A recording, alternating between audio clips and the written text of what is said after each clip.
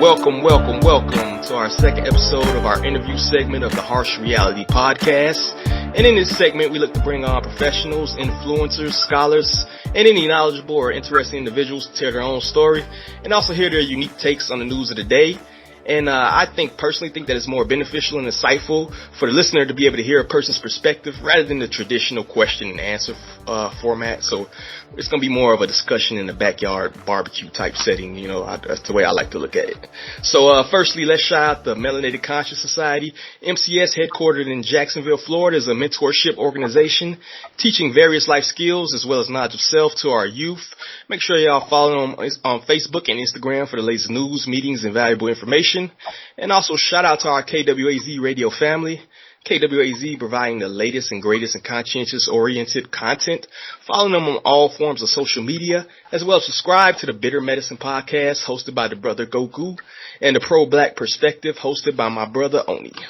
Lastly, the podcast is now on Patreon, so please donate. Of course, all proceeds go to upgrading the show and providing the best content we can for our loyal listeners. Also, look for those looking to be featured in the Black-owned business spotlight, or just looking to reach out in general and drop us, a show idea or give us some criticism. Y'all can email us at theharshrealitypod@gmail.com. Now, without further ado, let us get into our esteemed guests waiting in the background. All right, our guest today is the beautiful, outspoken, and powerful sister Felicia S. Killings. She is a conservative activist, a motivational speaker, award-winning coach, and accomplished author. Additionally, she is the driving force behind the growing Conscious Conservatism movement, and I am overjoyed that she has graciously accepted my offer to come on the podcast and discuss some of the principles behind this growing movement, and also, the political landscape in general as it pertains to our community. Miss Killings, are you there? Yes, I am. Thank you for that beautiful introduction. Oh, you are most definitely welcome. So, for those who don't know you or never heard of you, which should be not very many people listening to this podcast, but is something you want to tell us about yourself? Maybe give us a little bit of background information outside of my, introduction, and certainly. Thank you. Well, thank you again for allowing me to grace your platform. I'm always excited to share fresh content with people, particularly those who engage with my platform on Twitter. For those who are curious, I am a mom. I am a online businesswoman. I also have a virtual ministry that is working with individuals, especially women, to help them launch economic powerhouses that just kind of increase their revenue. I am also, as you mentioned, the visionary behind the Conscious Conservative movement. And what we're doing is we are showing how spiritual laws and kingdom principles inject themselves in our social, political, and economic spaces. I am on the right. I'm a conservative. I've been one my entire life. And so what I do is I reinforce the principles that are a part of conservatism, and I encourage, through a lot of harsh tweets, I encourage conservatives to remain faithful to the principles so that we can expand our base and we can reach other voters who are conservative in their principles, but they typically do not vote Republican. And I'm primarily talking about the wonderful intellectual Black voter base. And so that's what we do. We, on this side, we believe that everyone has a voice. All grievances are valid when they are based in history. And because we ascribe to conservatism, we should be able to present this message to communities that are looking for viable political options. So over the last 4 years, myself and some of the other beautiful minds, beautiful voices, they have, we've just come together and we've been working together virtually to mobilize a segment of the conservative base, which is primarily white, and sharing with them that you're going to continue losing conservatism because you are not making allies with people, particularly the most conservative voting bloc in this country. So that's how it started out. It's really based upon, like I said, kingdom principles and doing things God's way so that we can get God's results. And hopefully we are getting to the place where the Republican machine is backing what we're trying to do on the ground, because we just know that this thing works. So thank All you. right. I appreciate that. I want to say, personally, I think the first time I heard your name being brought up, I was listening to the brother Hotep Jesus on his platform, Hotep's Been Told You, which is probably one of the most entertaining and also informative podcasts with Uncle Hotep and Hotep Jesus. And it kept speaking about Felecia killings and Sonny Johnson. I'm like, who are these people, right? So, I hop on Twitter. I'm kind of new to Twitter. I had it, but I never really used it, right? I never really saw it as like a viable communication platform. I was always more on Facebook or whatever, making my little nonsense posts every once in a while, making fun of people. But so I was like, all right, let me follow her, and I start seeing things, and it made more sense to me. I like to look at myself as more of a common sense in turn. I don't really do a party platform, right? Mm-hmm. I do things that makes common sense to me, makes sense to me, and kind of is beneficial to my community as a black male. Black heterosexual male, should I say. And looking at, things out there in the political landscape, it's almost like, our demographic is not embraced, or we're taken advantage of and things like that. So I start to look more at independence, start to look more at, other dissenting voices. And I gotta say, you were one of the best follows I had on Twitter. Oh, thank you. So, particularly today, we'll get into that a little later. Okay. But so I just want to salute and say I'm grateful to have your voice out there and to hear something different other than the mainstream. And that kind of brings me into the next point I want to talk about, which is the stigma of the concept of conservatism. Mm-hmm. As it pertains to the black and urban community. I know we all heard the infamous Lyndon B Johnson quote. I'm not gonna directly quote it, but basically we're gonna be voting for one party for 200, 300 plus years, whatever. So what are your thoughts in terms of why do you think it's a stigma tied to the conservatives? I kind of have my ideas on it, and I think we basically all have, but why do you think it's such a stigma in the black community to get off that Democrat plantation, as they say, and look to other, viable parties and viable options? Yeah. Well, first off, those of us in this space, we abhor the whole plantation slave talk that comes from our political platforms. And here's why. Whenever we're talking about persuasion, and if we're asking people to listen to our viewpoints, we don't present ourselves as being offensive or being, showing ourselves as a mockery to folks. So, referring to black people as mentally enslaved, you're basically saying that they aren't intelligent enough to entertain political options, when in fact black voters are incredibly astute, they are incredibly knowledgeable, and they are based in history. So you brought up Lyndon B. Johnson's alleged quote, and it's because of the history. Okay, so a lot of times Republicans like to refer back to the mid 1800s, and they want to say, Republicans are the party that freed the slaves, yada, yada, yada. But then they skip over the next 100 years. They skip over Jim Crow. And it's almost like a fairy tale to them. It's like, oh yeah, we freed the slaves, and boom, 2020 is here now. So what we do here is we fill in that blank for conservatives. And we say, while you were over there entertaining and trying to rebuild the South, to, your ideals, black folks were going through a lot of hell, and Republicans abandoned them. Republicans, they did their own issues, and then you had a racist Democrat Party that was being blatant in their racism. They are openly saying you cannot come here. And then you have Republicans who are saying, well, we don't see what's happening, yada, yada. My point is that, black voters have been, disenfranchised on both sides. And for them, they were like, well, we're going to go with the party that's going to actually give us the voice, that's actually going to listen to what our demands are. So what I try to do is I try to help conservatives understand that 100-year gap. And I say, listen, if you're going to talk about Republicans being the party that freed the slaves and all of that other good stuff, then you need to also recognize that your Republican Party had its own little type of movement called the Lily White movement, which pushed out black voters. So if black voters are not welcomed at the Republican Party, and you do see the Democrats adjusting, however slowly it might have happened, well, guess what? People are going to go where they can flex their political power. And that's exactly what we saw happening in 2020. Black voters came out and they flexed their power hard.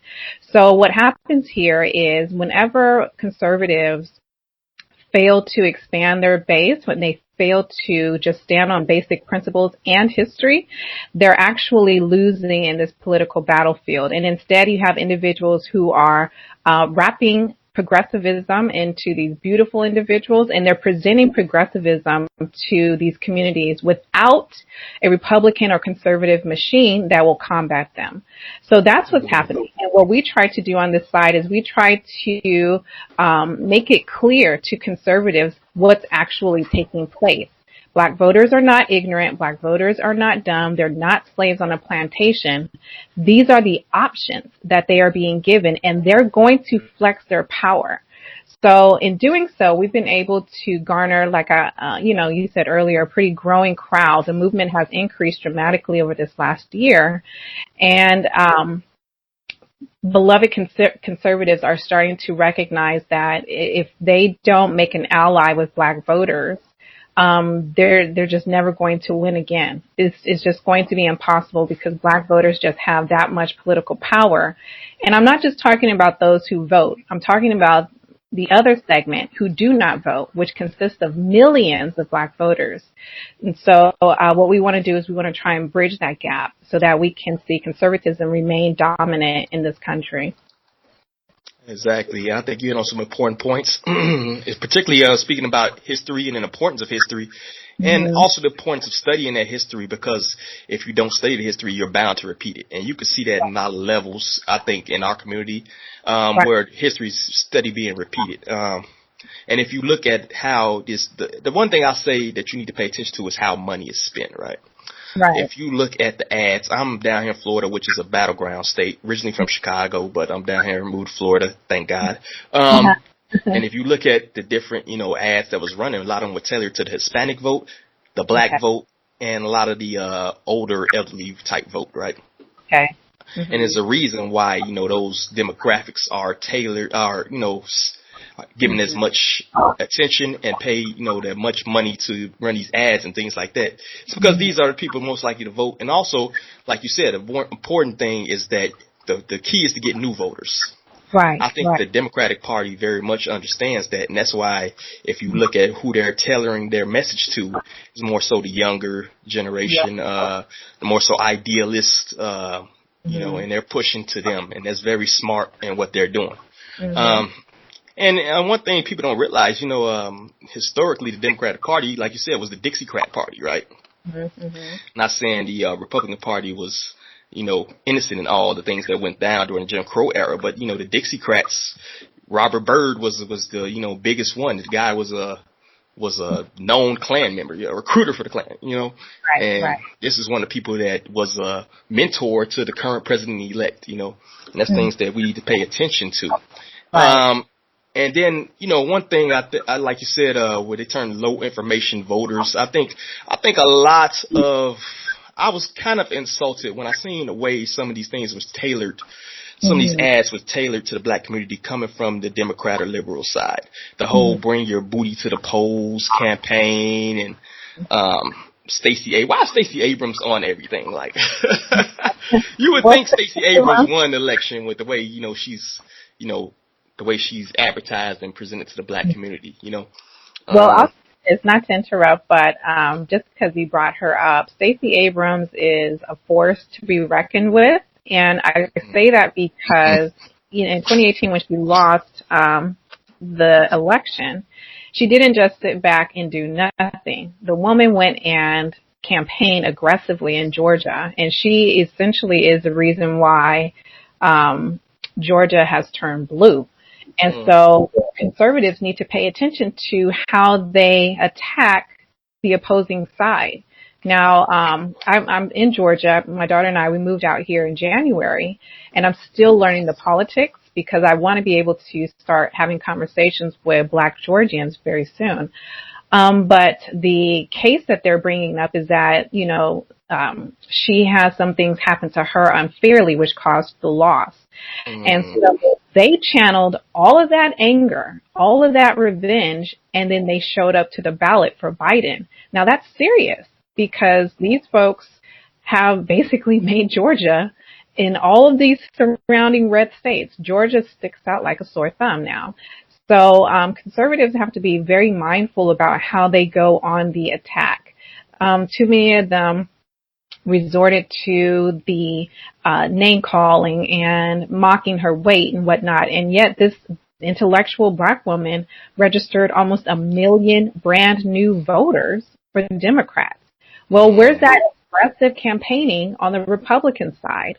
Who's leading and championing something like that for the RNC? Who's going into these communities and registering almost 1 million new voters in 2 years' time? That's what she did in 2 years' time.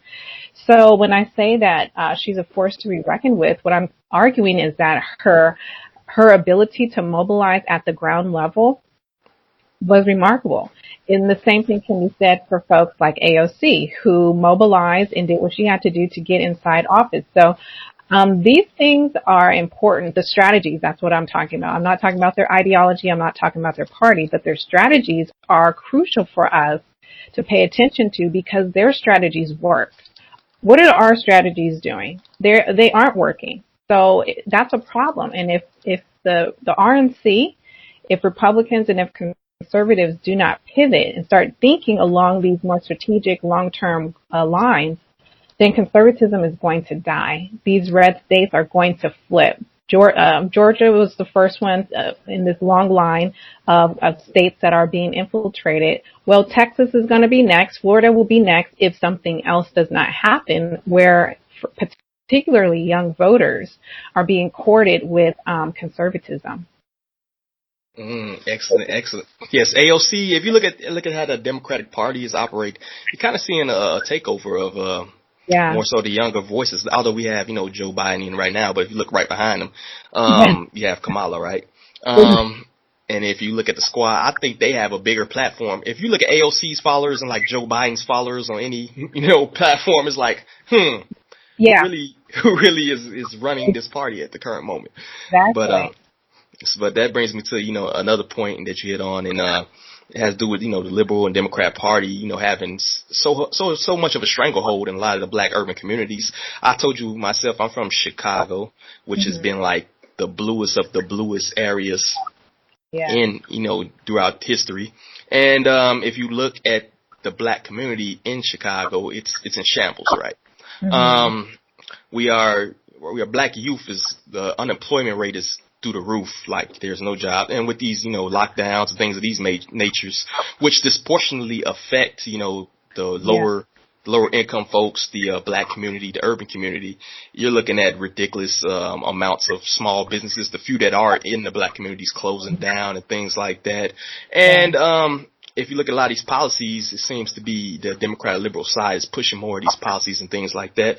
And also, I want to say, one thing I wanted to do was I wanted to do a snapshot type thing. I wish I had the video ability to do this, like to take a still shot of my neighborhood from the 60s to 2020 and see what has changed. And outside of maybe a new roof here and there, neighborhood probably looks the same, right? And it's like, but we keep voting for the same party, the same, the same thing, the same people, the same system. Why do you think that is? Why do you think such a stranglehold in the Black community from the liberal Democrat Party, Yeah, well, a couple of things can be taking place. So on one hand, you have Black voters who are being told that Republicans are so racist and you should just avoid them. Now, I've heard that narrative before. It hasn't come across my political career, if you will, simply because I was in California. We just have very different demographics there. But that's some of the stories I've heard. The other issue, which is probably more prominent, is that Republicans just don't show up. So they're not running in these deep blue districts. They aren't investing in candidates who want to run at the local level. I spoke to an RNC director last week, and he was sharing with me that the RNC is a machine, and the only time this machine is going to bring about any kind of resources to support a conservative or Republican candidate is if that candidate has proven that he or she is capable of winning. So they're not going to come in to help unless the candidate has already proven that something can be done there. So to them, Chicago is like, it's just going to stay blue because they don't see how it can be won. So they're not going to go in there and support somebody who's running at the local office. So if Republicans are not present, who are Black voters supposed to vote for? Casper, the friendly ghost? No.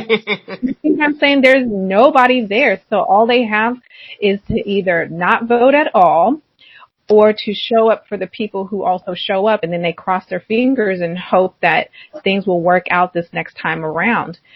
We've seen a similar situation happen with the Baltimore election this year where Black voters, they voted for the same individuals at the local level. Now, this time we did have a Republican candidate go in there to try and win something, but, she was, in my opinion, mostly concerned with national attention as opposed to actually helping the people. Now, there was another individual who was trying to run for Baltimore mayor, and she was able to have a pretty solid campaign, but nobody really knows her because she didn't get all the national attention that the RNC should have put underneath her. So it goes back to Republicans and conservatives just not knowing what to do and then not showing up with the right solutions for winning.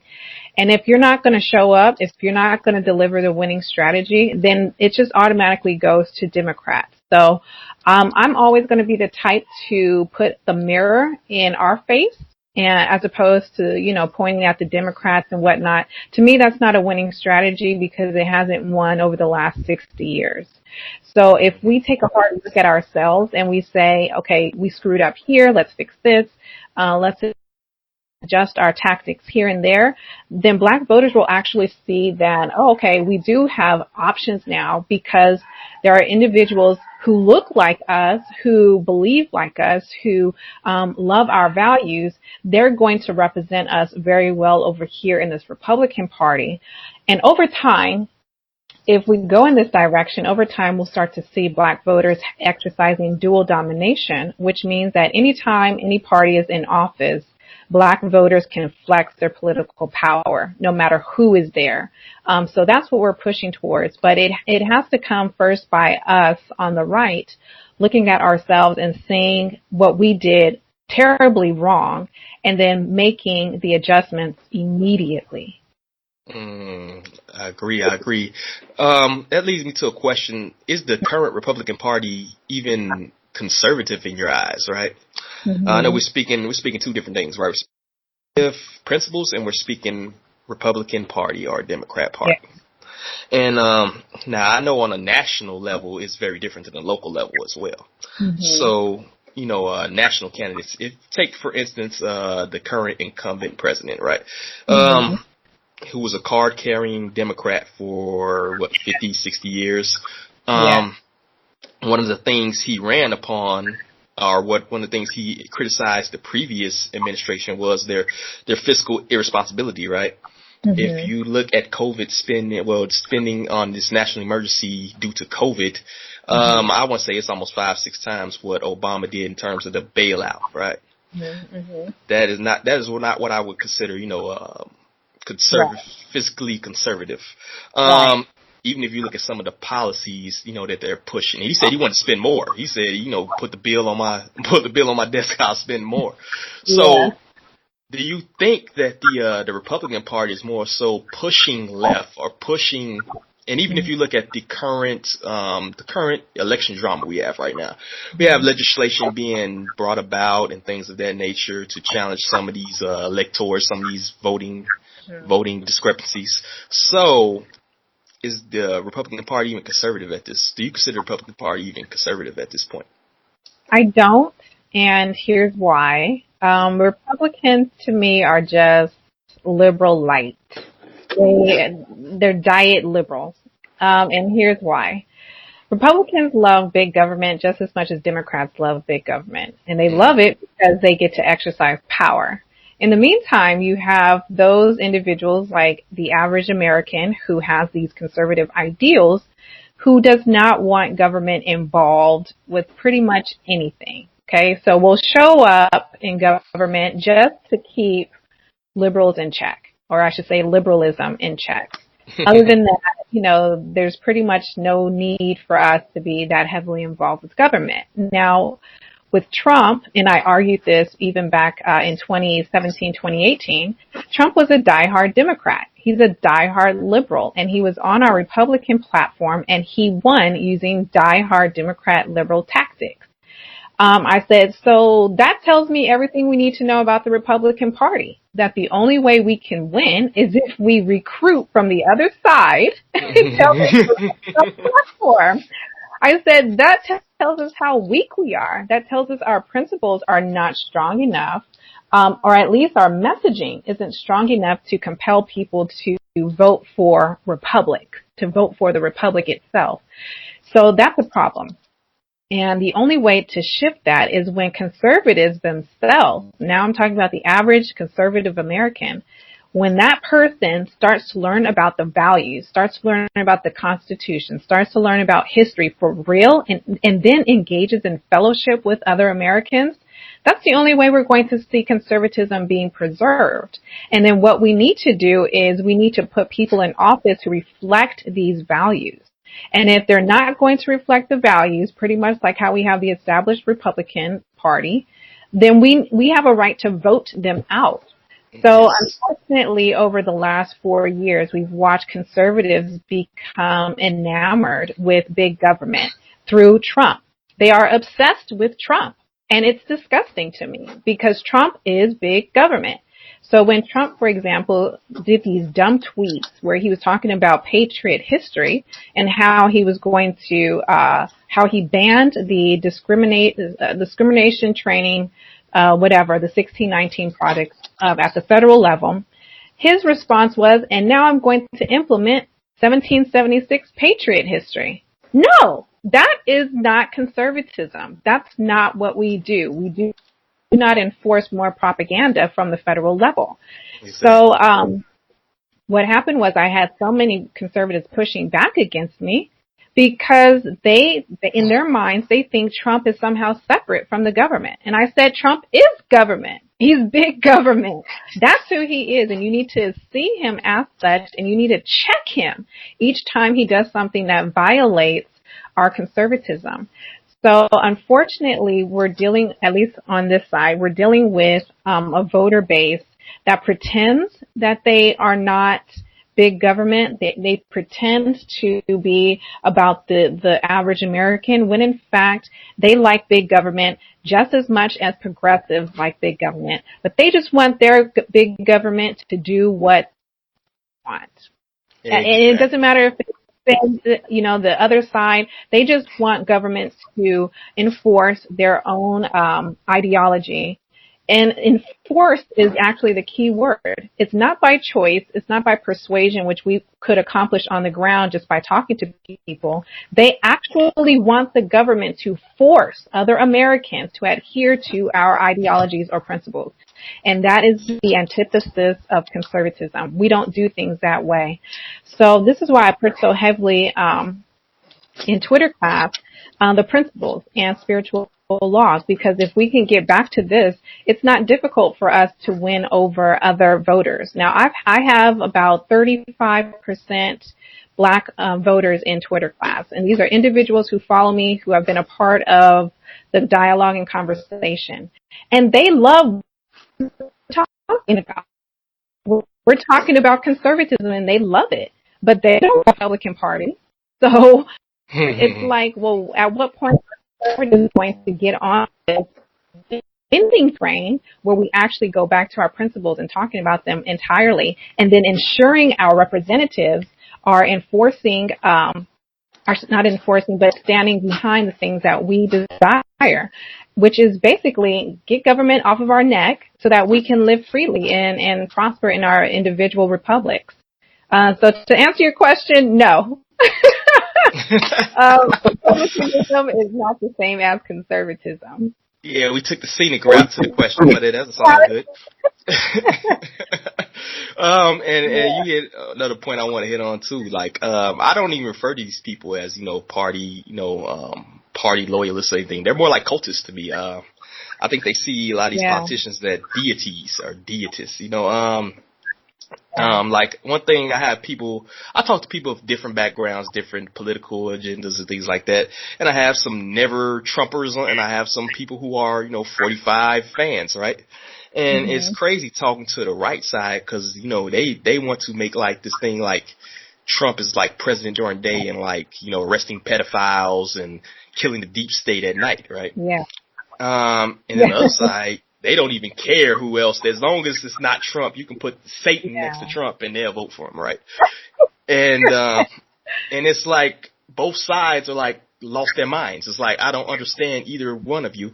And they act like, the man like Trump, I want to say, it's like when, I don't know if you're a football fan, but it's like when Brett Favre was like 40 years old and he went to the Vikings, and it's like, you think he's going to change his playbook that now that he's 20 years deep into the league? No, we have game tape on him, right? We know how he's going to play. We know what he's going to do.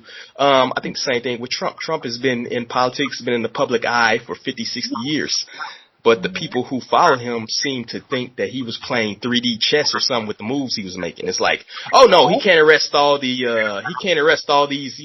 compromised people and kick out the lobbyists yet because he might, get JFK'd or something. Like, nah, that's not how it works. Like, he's playing to his base. He's playing the game. And, I think he also has a little narcissism in him, which leaves you to be compromised, because if you compliment a narcissist, they're willing to deal with you, right? If they respect you and you compliment somebody who has a little bit of narcissist complex, they'll sit down with you. They'll listen to you, right? Yeah, well, that's how certain folks got elevated in the conservative platform. People who did not vote for Trump in 2016, people who created a blog that mocked him, and they got elevated simply because they paid Trump a good compliment. Meanwhile, the people who were based in principles and voted for him got pushed to the side. There was no loyalty whatsoever from Trump as it related to individuals like myself, to voters like myself. So for that reason, I'm just like, well, the law of sowing and reaping is always in effect. So that's what we see happening today. Yeah, exactly. I would say in terms of conservatism, part of the Libertarian Party might be closer to, I would say, the tradition, kind of, sort of. But if you look at some of the voices they have over there, they got Maj Toure, in terms of black voices, they got Every July over there, and just terms of just cool conservative people, you got Sonny Johnson out there, people who could push a message, right? Yeah. People who you can actually relate to, but they seem to find like and I don't like to put black people in a box or anything, but they seem to find those people that's not so relatable to the average person, maybe from the hood of Chicago or from, the streets of LA or something like that. It seems they find these elites that went to like a HBCU and they prop them up and, and they're not really relatable to the average black man or black woman living in the struggle. And I always wondered why, the Republican Party didn't reach out more so to, these guys and have big followings. If you look at Maj and Eric July and people, Sonny Johnson, they have big followings. Why don't they reach out? And that speaks to I think the lack of outreach from mainstream conservatives in the Republican Party. And I know that's one of the biggest things you speak on when I'm following, your Twitter feed and things like that, is their outreach sucks, to put it lack of a better term. And so, what do you think if, they elevate these people, or what could you do personally, you think, to, better outreach to push the conservative message, or what are you currently doing with your conscious conservative movement to, reach the people in the urban environment?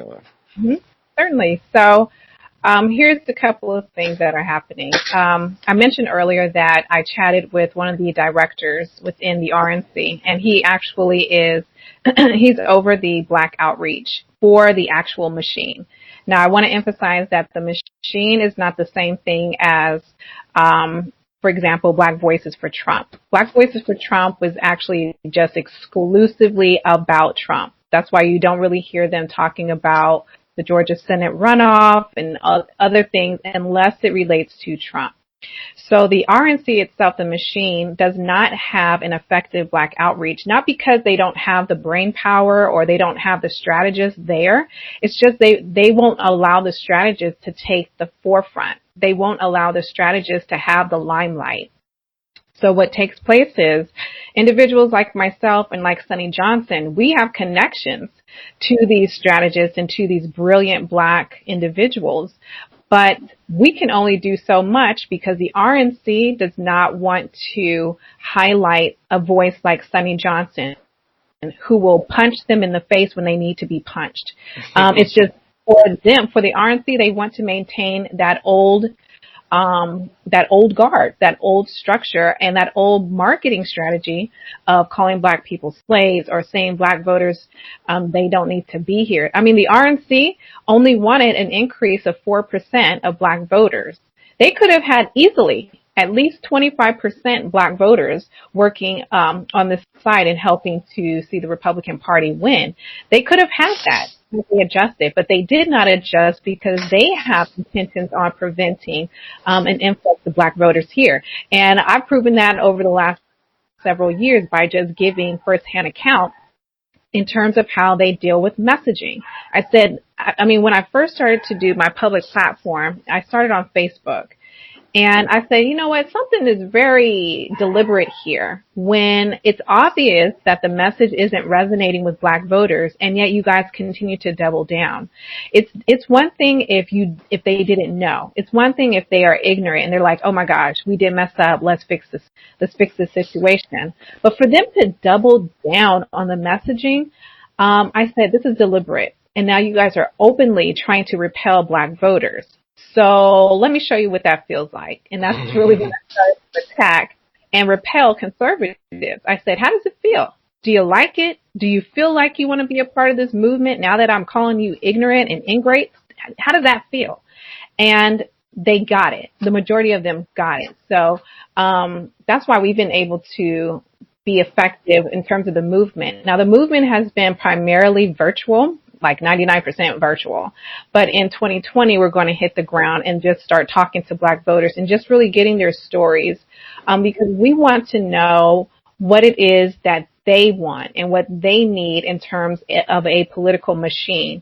And then from there, I personally, I don't have any intention on registering any Black voters to be Republican until Republicans get their act together. But in the meantime, I do want Black voters to feel like they do have options and that with enough power, they can pretty much take and reclaim the Republican Party that once belonged to us. So, when it comes to the Black outreach, it's terrible, but it's also deliberate. They deliberately do not want more Black voters on this side. But they'll court Hispanic voters. They courted them very well in Florida. Oh yeah, they played Despacito in the See? well, that's the other side. But you know, I'm joking. I'm sorry to go ahead. But they courted them very well. They didn't have any kind of negative, derogatory messaging. But they had no problem pushing that negative stereotype on the right as it related to Black voters, again, because they don't want them here. Well, unfortunately, there's a group of conscious Black conservatives who are full of fire, and we intend to combat those folks on this side because, as I said, Black voters, we deserve dual domination. We deserve to have political options. So, like I said, in 2021, we're going to do aggressive evangelism, and that's mostly about getting Black people's stories. And then in 2022, what I'm looking to do is host a debate, a national debate. Probably, I kind of want to try and go on tour with this thing, but where we bring the political ideologies to the stage and we allow Black voters to weigh which one they feel best represents who they are, what they want for the next 100 years. So I'm not really interested in helping the RNC. I'm more so about Black empowerment, socially, politically, and economically. And then I'm to the point where I'm like, okay, well, now let's go take over the GOP. Now we have the numbers. Now we can flex this hard. And Black voters who want to remain in the Democrat Party, you too, go flex your power and make sure that they aren't, the Democrats aren't doing anything that's going to choke your communities. So that's what we're going to do over here. And at this point, I'm okay with the Republican Party dying. I'm okay with it crumbling because it needs a complete reform. It needs a complete makeover. And I think once that happens, we're going to see really great things for Black Americans. I think you're getting your wish, to be honest with you. If you look at the country, it's trending blue.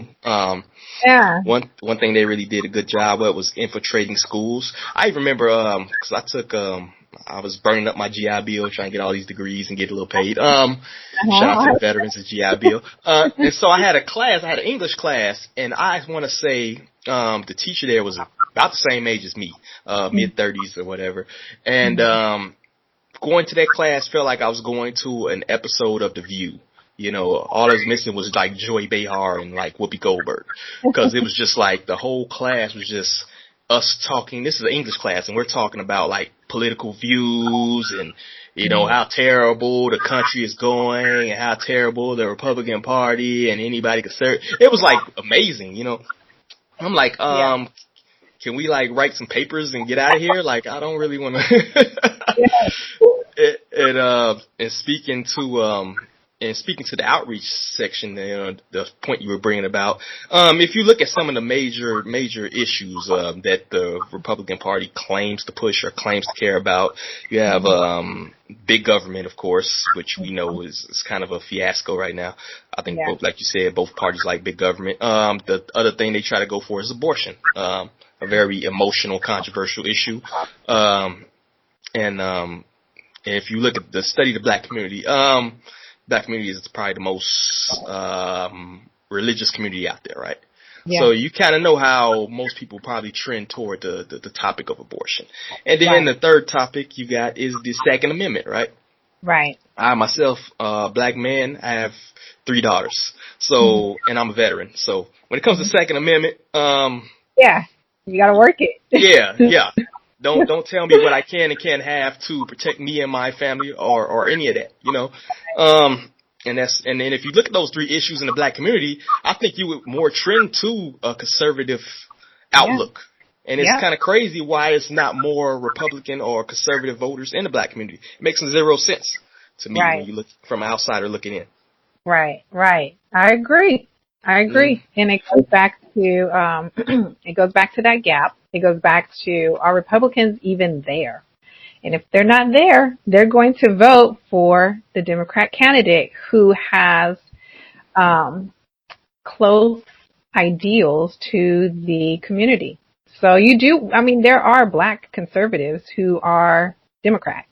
That does exist. So the problem really isn't so much the problem isn't black voters at all. Like I said, I'm the type who's going to put the mirror in our face. The problem is conservatives and Republicans not showing up, not doing the work. So. Yeah, that makes very, very much sense. Coming back to the black heterosexual men, if you look at the current demographics in terms of the voting, turnout, you had almost double the amount of men, I want to say black men, that voted for Trump than voted for Biden. Yep. Speaking more to this divide, and speaking more so to black heterosexual men feeling almost homeless in today's, political landscape. Yep. So, what can be done to reach this demographic, or what tactics or strategies you see to reach the pretty much the homeless black male vote? And is it even important to any of these parties? Do you think they even care to have the black heterosexual men? We know we like to use our, dead bodies to prop up agendas. They love to use, police brutality and mass incarceration to push an agenda, but do they actually care to have, the black male heterosexual vote? Yeah, that's an excellent question. So I'm actually going to give you a story to give context. Um, Back in 2016, Sunny Johnson began talking about on her platforms the importance of Republicans and conservatives connecting with Black voters and showing how hip hop is one avenue in which they can make the connection, because hip hop talks a lot about capitalism. So she started doing that. And in 2017, 2018, I started to conduct research. And this research I entitled The 1520 Rise. I compiled all this research in my book. And I said there's a segment of Black male voters who hate both parties. They hate the Democrat Party. They hate the Republican Party. But they will be willing to listen to a candidate who will speak their language, who will talk money, who will talk capitalism. So over the last, since February, we've had a lot of conversations with Trump's Black camp. That's what I call them. So basically, it's the Black voices for Trump. Some of the individuals there, we were pounding them in the head saying, you need to go and target this segment of Black male voters. Now, I'm saying this segment because a large percentage of Black males voted for Biden, but there was a segment within that segment who showed up for Trump, and actually Trump doubled those numbers. So, no, he didn't double, sorry. In 2016, he got about 13% Black male vote. In this election, he got 18 to 20% of the Black male vote, which helped bump the numbers for him. So what we were doing is we were saying, listen, if you create campaigns that target this segment, you're going to see a greater number of Black individuals voting for Republican candidates, because you're talking about economics. You're not focused on the social stuff like racism. That's not even a big issue at this point as it relates to this specific topic. Instead, appeal to them.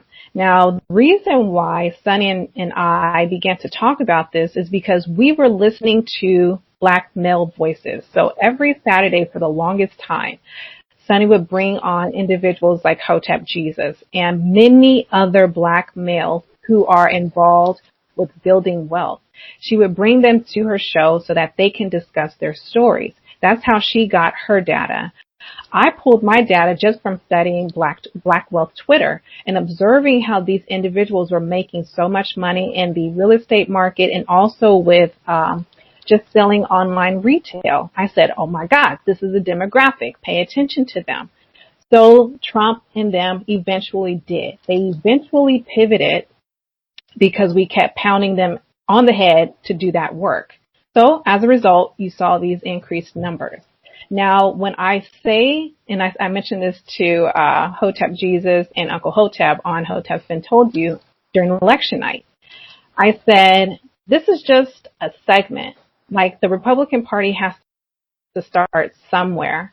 And if they start with this segment of Black male voters, then they can start to learn more about the other elements, the other demographics within our general community.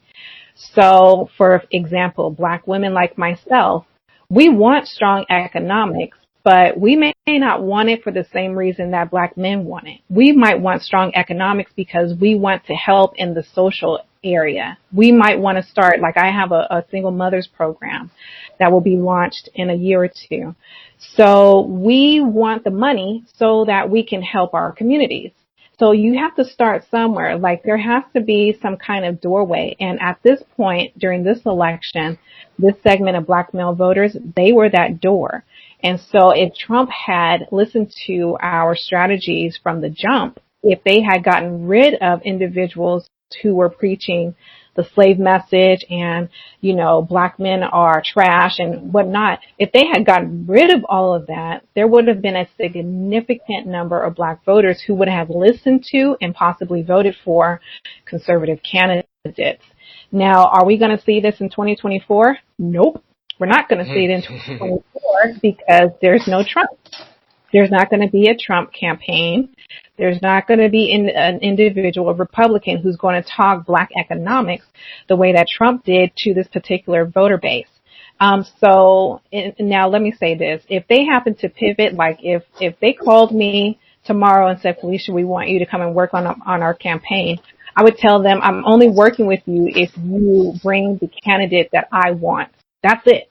I'm not going to be playing around with anybody else who's going to not adhere to the strategies. So Word. we were at that point where Trump was listening to Sonny Johnson. Trump was listening to Twitter class, not directly, but it was through the people that we have in our space who are listening to our content. They were actually applying the teachings and the principles, and we saw the results of that. But at the same time, they allowed other people to still, be a part of that quote unquote black outreach, people that black voters cannot stand. So you can't have the winning strategy and the losing strategy at the forefront. They had to make a choice, and unfortunately, they chose the wrong one. So, I still contend that black male voters, that particular segment who are very conscious about capitalism, I still contend that they are the ones who can break down the door in terms of bringing more black voters to the conservative side. Exactly. I feel the same way. I think what kind of we observe, as a demographic in terms of the black male voter is almost an attack on the alpha male, almost an attack on, doing the things that we would consider makes you a man, being, protective of family, being, being even comes down to being open-minded, looking at both sides. One thing that kind of disgusts me, the way they attacked Ice Cube for saying, hey, I'm bringing my plan to both sides, and whoever's going to give me that deal is who I'm going to talk to. And he was crucified by, the mainstream black community for that, like almost as a traitor. It's like, what are you looking at? What do you see that we don't see? Well, with Cube, not to interrupt, but with him, the story behind that is he vaguely mentioned that he was talking to both sides, and the way that the Trump camp rolled out that information was reckless. That's my opinion. Katrina Pearson did a tweet. She said, Ice Cube, thank you for stepping up and for working with Trump on the Platinum Plan. I mean, she presented it as if Ice Cube had been working on this whole thing for the longest time. Meanwhile, he was telling black voters, F Trump and forget all about that. So they presented him as a hypocrite. And, black Twitter has no chill. They have no grace whatsoever. So they saw this as betrayal. And I think Cube handled it fairly well to the best of his ability. But the Trump camp should not have done that to him. They should have rolled that out much better. They should have consulted and presented some kind of entire communication plan to help show black voters that were engaged with the community. But they didn't. They just did a reckless tweet. And for that reason, as I said, I keep putting a mirror in our face. Exactly. And that speaks back to what I was hitting on earlier. And then, like I said, you brought up the names, Hotep Jesus, you got Uncle Hotep. I follow Schoon on Twitter. He's pretty vocal guy when it comes to, things that, males and black males in general care about, right? And if you look at the other side, you have, and not to bash anybody, but, if you look at the other side, the males on the other side, you got like Mark Lamont Hill, dudes like Don Lemon and Roland Martin. And honestly, you don't really see the alpha male. It's like almost like the alpha male is rejected on the other side, right? Yeah. I would almost even go to point in saying that, even the alpha black female is almost rejected on both sides, to be honest with you.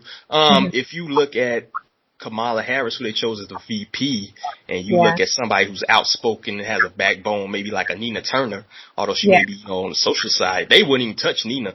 And Nina would probably, debate circles around Kamala, to be honest with you. And it's just crazy how they seem to promote these, people that are able to control easier than, these people that have principles, have backbones, have values that, we can see and we can target, so that's one thing I would say. I agree with you on that one. I think with Kamala, she appealed to white women. She appealed to suburbans. She appealed to many folks. And they have to play that game too. You know, Democrats have to play optics as well. And so bringing somebody on who is a firebrand, perhaps like Stacey Abrams, they have to think about optics. How does this look? How are people going to respond? So there's so many things to think about with that one, but, you know, I still contend that conservatives will always have an option as long as they're willing to expand the base and do things the right way. All right, so I'm approaching an hour. I don't want to take too much of your time, but I have to ask you, from this point on, where do you think we go politically from here? As we seeing, it looks like Joe Biden's going to be the president-elect. We're going to have to deal with that administration. You got the elections coming up in 2024. Where do you see us going? Where do you see your movement going? And what do you think is going to happen? Well, we have to prepare for this agenda. We have to prepare for the Biden-Harris administration. I still contend, and we'll say it until I don't know how long, but we need to pay attention to what Kamala Harris wants to do in her agenda, because she's actually the one we should have been paying attention to. As far as the movement goes, we intend to increase more and more. We're not relegated to someone who is Republican and in office. We function, and we're going to continue to grow. We'll probably grow even more in the next election cycle, these next 4 years, than if we did, with Trump in office. Because now we have black voters now have a and we don't have somebody like Trump who is standing in the way. Like, unfortunately, Trump was just a huge barrier when it came to our outreach to black Americans. So he's not here. And so it's kind of like, well, you don't have an excuse not to listen to us now. So I think we're going to continue to grow. I think we're going to see a lot more independent voters, individuals who will not be making their allegiance known to any party. And I think this is going to be a great opportunity for folks who want to see political competition. As far as the RNC goes, the Republican Party itself, I think, and this is based on what Sunny has shared, there's going to be this civil war, which I'm not made privy to, but basically the Republican establishment is going to go toe-to-toe with the MAGA folks, basically the Trump voters. And that's going to be interesting to watch. Again, I'm not going to be a part of that one simply because I'm going to be focused on talking to black voters. So yeah, we will see. We'll see what happens. Yeah, I think you'll see civil wars on both sides. I think the left, the more so progressive, the more so socialist wing with AOC and the squad and the younger people on the left, I don't think they're going to be happy with this Biden presidency at all. Yeah. And I think that's going to be, AOC already hinted at not running. I think that's going to be the signal to split off, I already thought the Bernie people were going to split off long ago. Yeah. So I can see both sides, and it might be beneficial if we can end up with 4 parties out of that, where you actually have a choice that matters between those 4. Yeah. I think it would be a much more better political landscape. You could actually have a choice on things that matter to you and what you're trying to do. Yeah, I agree. Yeah.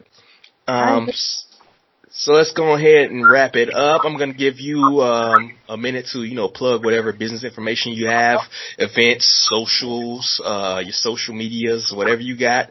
The floor is yours, Queen. Thank you. So your followers can connect with me at my website, FeliciaKillings.org. That's Felicia with 2 E's. They can also join Twitter class at my handle is Coach Felicia. We have great discussions there. This upcoming year, we're going to host our first annual women's conference, and this is going to be an opportunity for women to come down to Atlanta. We're going to have a lot of empowerment. We're going to talk about economics. We're going to talk about social and political issues and how women can be influential in these areas. That will happen in October 2021. We're also going to have another solutionary summit. So Maj, pretty soon he'll be talking about that. So I invite those of you who are politically savvy to just come and enjoy the political discussions during that time. Let's see. I think that's it. It's kind of hard to just talk about myself, but What about your foundation? I seen single. Do you have something about mothers and donations? And I was yes, I wanted to yeah. get you So at on it. the Felicia Killings Foundation, we work with single moms.